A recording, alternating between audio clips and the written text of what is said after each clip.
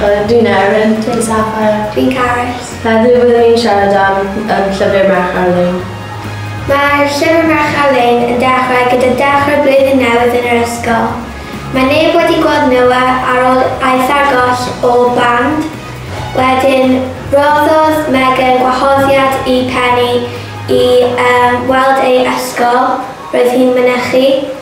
Ac wedyn, roedd Penny yn yr ysgol wedi gweld rhywun roedd yn hoffi. Y person roedd Penny yn hoffi enw fo Callum. Yn ei barn hi, roedd yn person golygus gyda llygaid gwyrdd glas. Dwi'n gallu unieithu gyda Penny achos mae rhaid i hi